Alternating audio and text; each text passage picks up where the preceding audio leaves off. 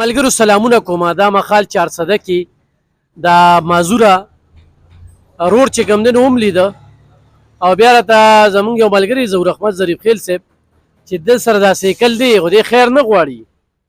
چا نه امداد نه غواړي، دغه بچي ورسرې وي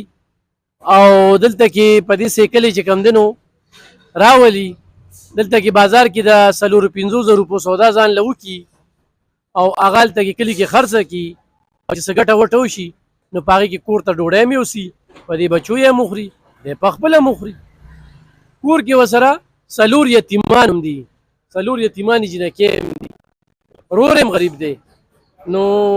مشره څنګه یې یاره بس زندگی تیریږي بس څه خرڅې ته په کور کې خو به داسې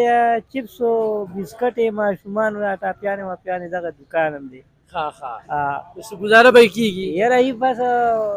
ټکه پوکه پکې کېږي بس بیا راشي باغې سودا والي جي بس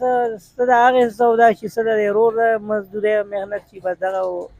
باندې بس بازار ته راشو تیل مالګه مو وایي سبزي وایي یو څه بل څه وایي او دا بچي سبق هم وایي دوی سکول ته ځي سبق هم وایي مدرسې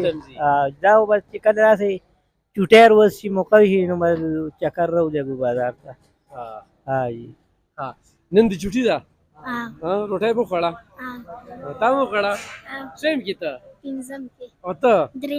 درېیم کې کتابونه خو هم ډېر ګراني که نه کاپۍ سکول ته چې ځان څخه پیسې وړې که نه ته هم وړې په دغه مزدورۍ کې ګرانو کتونکو اوس وس دس هم کېږي او چې الله سره تجارت کو